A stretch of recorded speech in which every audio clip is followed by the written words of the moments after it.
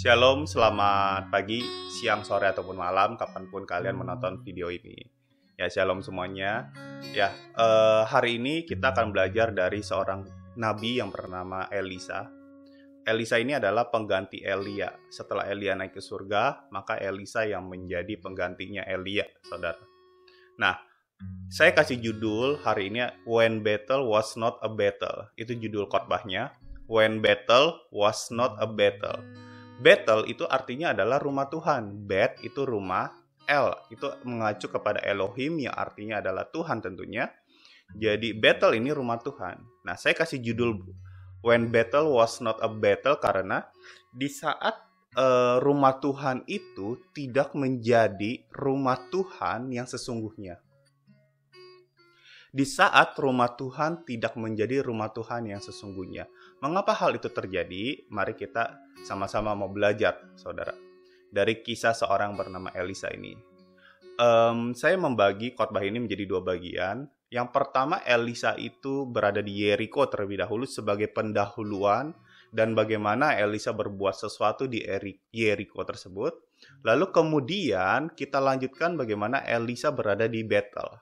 Maka kita bisa membedakan apa yang terjadi di Yeriko juga apa yang terjadi di dalam kota Bethel itu sendiri. Nah, untuk itu sebelum kita mulai lebih baik kita berdoa terlebih dahulu. Tuhan Yesus, terima kasih untuk pagi hari ini, terima kasih untuk berkat-Mu, terima kasih untuk anugerah yang telah Engkau berikan kepada kami.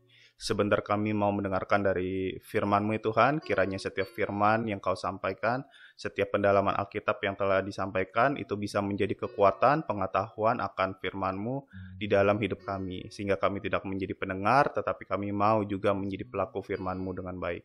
Terima kasih ya Bapak, di dalam nama Yesus kami berdoa. Amin. Ya saudara, mari kita buka di dalam 2 Raja-Raja 2. 2 Raja-Raja 2, ayat yang ke-19.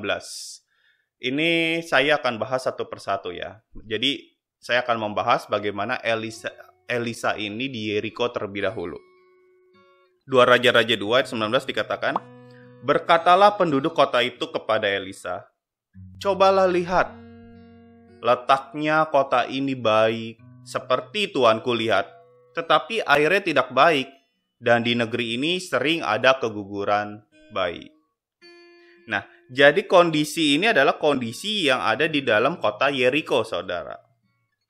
Ada penduduk, mari kita imajinasikan bersama-sama. Ada penduduk di situ, mereka berseru kepada Elisa, coba lihat nih kotanya baik, seperti yang tuanku juga lihat. Tapi airnya di dalam kota ini tuh nggak baik. Karena negeri ini sering ada keguguran bayi. Nah, saudara, menarik sekali saudara.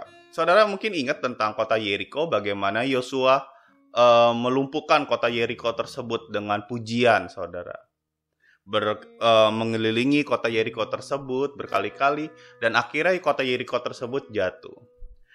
Dan kota Yeriko yang dimaksud di dalam ayat 19 ini, kita bisa melihat sebenarnya dari ayat 18. Jadi kata kota itu maksudnya adalah kota Yeriko. Makanya dari tadi saya langsung mengawali dengan kata kota Yeriko, saudara. Nah, saudara perlu diketahui bahwa dari Yosua sampai Nehemia, selama beberapa abad tidak ada yang tampil membangun kembali kota di atas bukit Yeriko. Karena takut akan kutuk Yosua itu sendiri. Nah, tapi mata air dan oase yang ada di sana tuh kayak sering dikunjungi gitu. Mungkin itu untuk mempertahankan desa kecil yang ada di sana supaya ya mereka tetap mendapatkan minuman dan tetap lestari gitu ya. Ya saudara, kota ini dihancurkan dan dikutuk pada zaman Yosua kurang lebih waktu di dalam Yosua 6 ayat 26. Saudara bisa cek di situ. Tetapi lalu dibangun kembali oleh Hiel pada zaman Ahab dengan mengorbankan anak sulung dan anak bungsunya.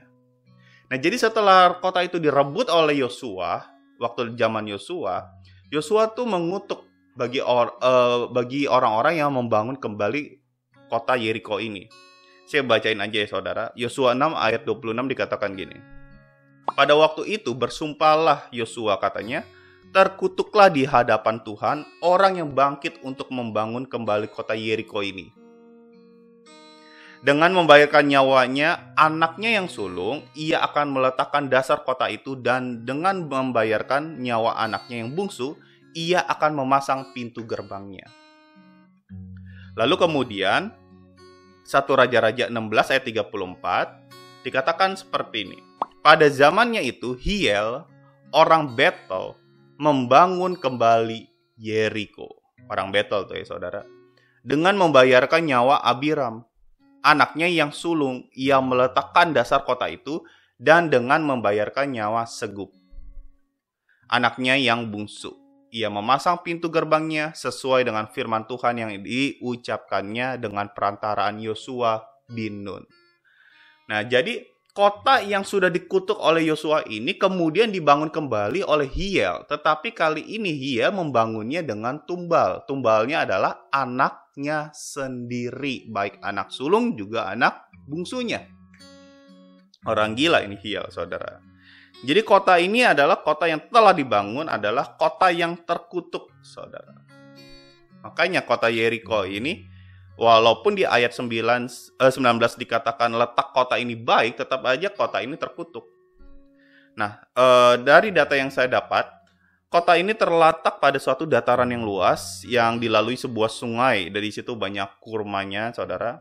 Di dalam Ulangan 34 ayat 3 tuh juga dikatakan dalam terjemahan RSV, the city of palm trees. Jadi maksudnya itu banyak kota pohon palm di situ, dan pohon aranya pun juga banyak. Di Lukas 19 ayat 4 juga dikatakan gitu. Lalu bunga-bunganya yang harum dan tumbuh-tumbuhannya lainnya. Jadi maksudnya tuh kota ini berpotensi baik sebenarnya. Tapi sayang mata airnya tidak baik, saudara. Ini masalah di kota Yeriko. Kota ini kota terkutuk, terlihat tidak ada masa depan, saudara. Airnya tidak baik. Nah, dari ayat yang sudah kita baca, ayat 19 tadi, di dalam Amplify Bible dikatakan gini, but the water is bad and the land is barren. Maksudnya tuh tandus, mandul, gersang gitu ya saudara. Kalau di terjemahan The Message dikatakan gini, but the water is polluted atau tercemar and nothing grows. Nggak ada yang bertumbuh di situ. Nah, kemudian di NIV dikatakan gini, but the water is bad and the land is unproductive atau tidak menghasilkan, saudara. Jadi kesimpulannya apa? Airnya tercemar dan tanahnya tidak menghasilkan apa-apa. Jadi nggak heran jika sering terjadi keguguran bayi. Nah, saudara perlu diketahui tentu, jika ibu yang sedang mengandung, maka dia perlu makan makanan yang bergizi. Juga minum minuman yang sehat, saudara.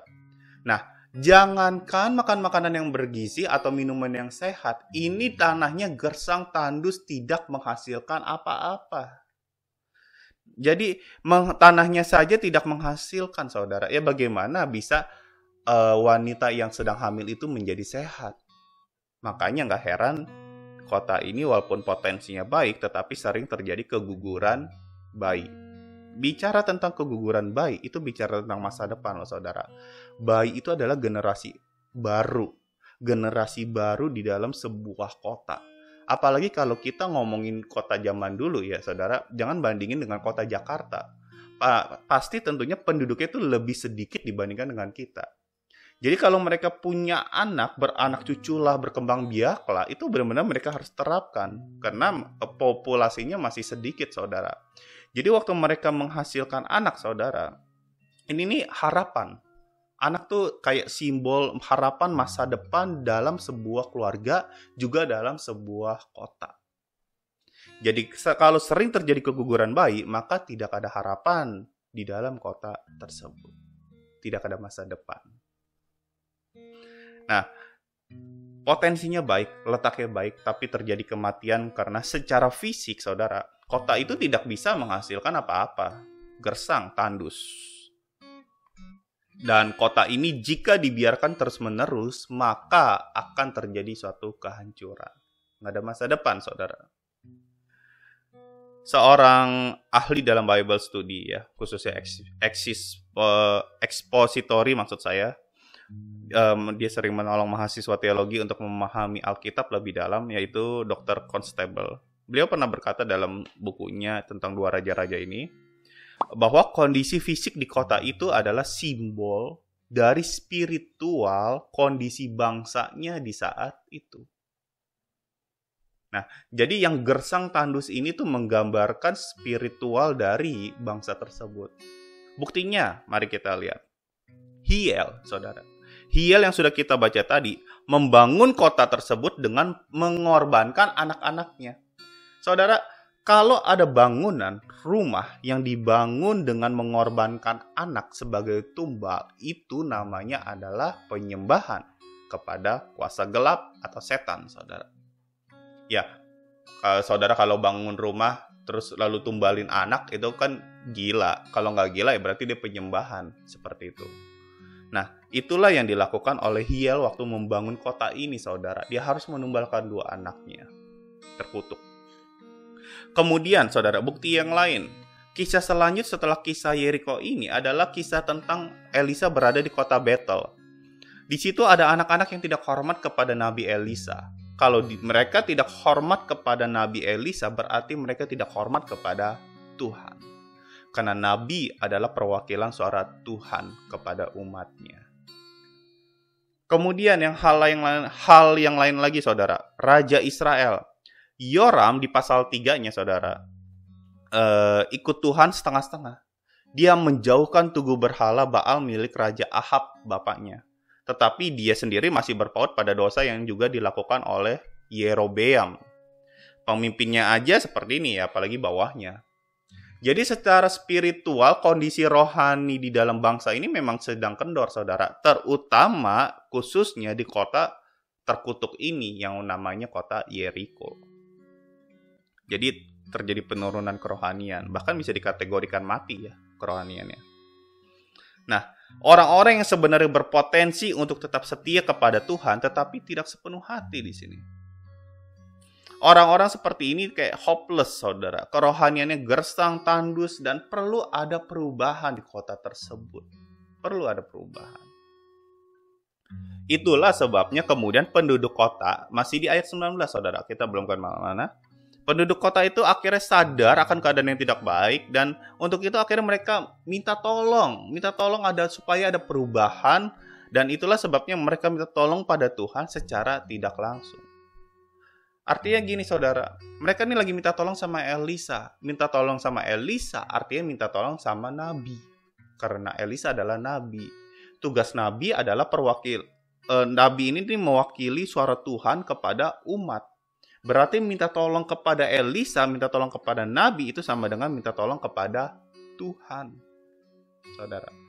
Nah, mereka minta tolong supaya kota itu diselamatkan. Artinya mereka tidak hanya meminta untuk kepentingan mereka sendiri. Mungkin yang memohon hanya segelintir orang, saudara. Tetapi mereka memohon untuk kepentingan satu kota itu. Berarti mereka benar-benar mikirin tetangganya. Mungkin saudara yang lain dan lain sebagainya, saudara. Mereka nggak egois di situ. Mereka pengen ada perubahan, bukan hanya di dalam keluarganya, di dalam hidup mereka, tetapi mereka mau ada perubahan di dalam kota tersebut. Harapan untuk mengalami perubahan itulah yang membuat mereka bergerak, minta tolong akhirnya. Saudara, pengharapan memang membuat orang itu bergerak, do something gitu ya, berusaha.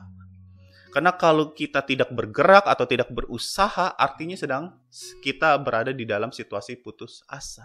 Kalau kita tidak sedang berharap, saudara. Pertanyaannya, saudara, sebelum saya lanjut lebih lagi.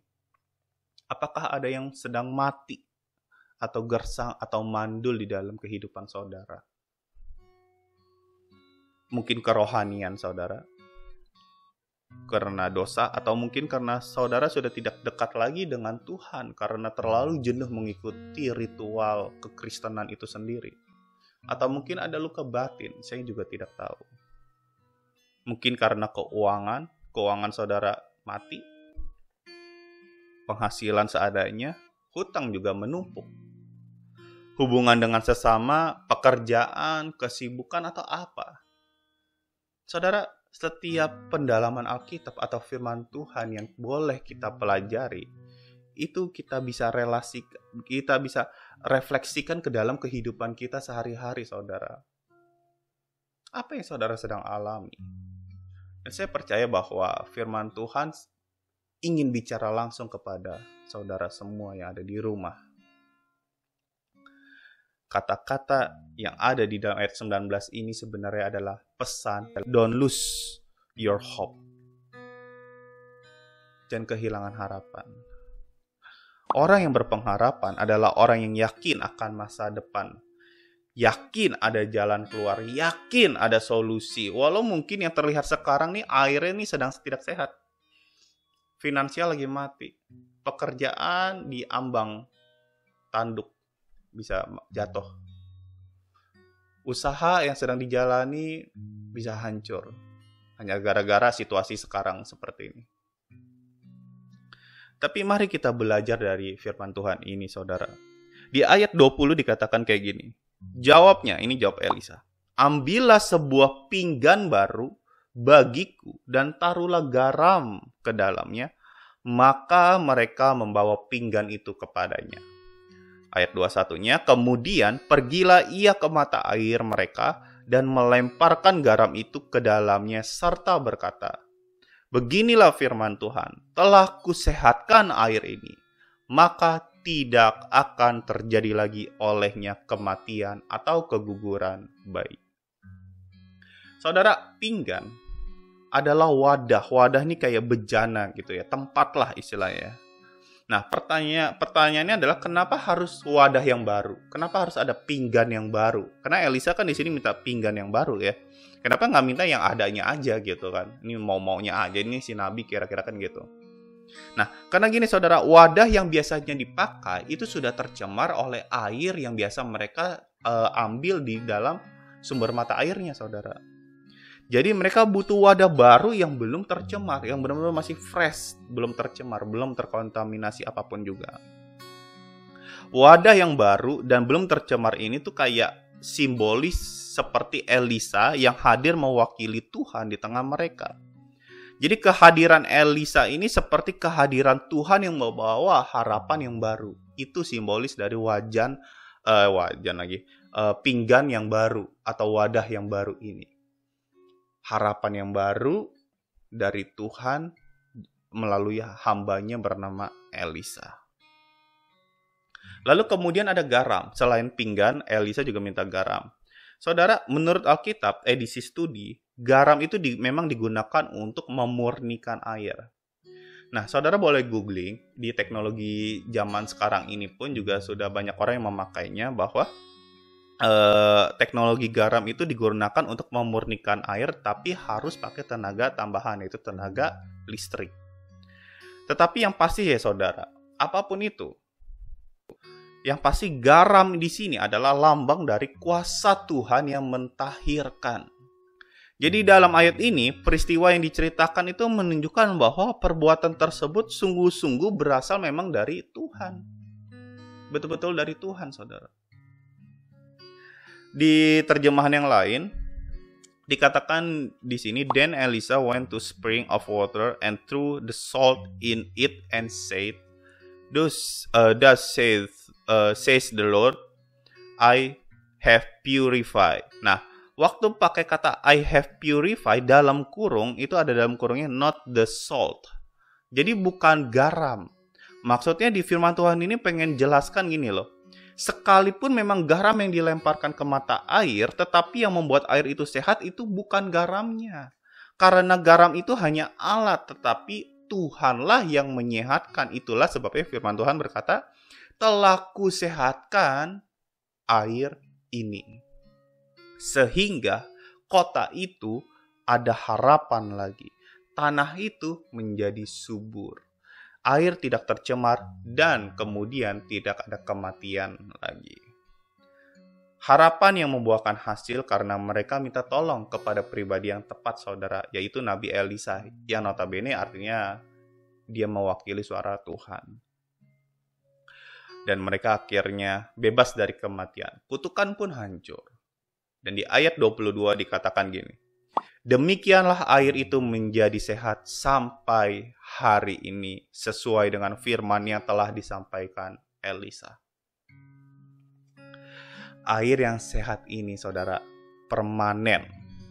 Ini sebagai pengingat apa? Kemampuan Tuhan yang mampu memberikan kehidupan, menghancurkan kutukan, memberkati, serta memelihara kehidupan kita. Atau khususnya penduduk di kota Yeriko di saat itu. Dan ingat, air yang sehat permanen ini diawali dari kerinduan orang-orang yang masih berharap dan menginginkan suatu perubahan yang terjadi di dalam kotanya. Harapan menghasilkan mujizat. Jika ada sesuatu yang sedang mandul atau gersang atau tandus di dalam hidup saudara, baik kerohanianmu, baik di dalam pekerjaanmu, dalam keuanganmu, dalam hal apapun itu juga, tetaplah berharap kepada pribadi yang tepat. Sebagaimana Yeriko, penduduknya, berharap kepada Elisa, harusnya pun kita juga berharap kepada Tuhan. Elisa pun juga hanya alat bagi Tuhan. Garam hanyalah alat, itu simbolis saudara. Tetapi Tuhanlah yang harusnya kita andalkan satu-satunya. Di tengah situasi seperti ini, berharap itu penting saudara. Karena harapan membuat kita bergerak, do something, berbuat sesuatu. Sehingga akhirnya menghasilkan mujizat. Mujizat itu bukan didapatkan tidak selalu berkata tentang hal-hal yang supernatural saudara. Mujizat itu kita bisa raih lewat hal-hal kecil, lewat hal-hal natural. Lagian tidak ada kata supernatural kalau tidak ada kata natural. Jadi mujizat itu dimulai dari hal-hal yang kecil, hal-hal yang natural yang kita lakukan secara nyata dan konsisten. Akhirnya bisa menjadi mujizat. Dan tetaplah berharap kepada Tuhan. Karena dialah pribadi yang mampu mengubah hidup kita semua. Amin, saudara semua.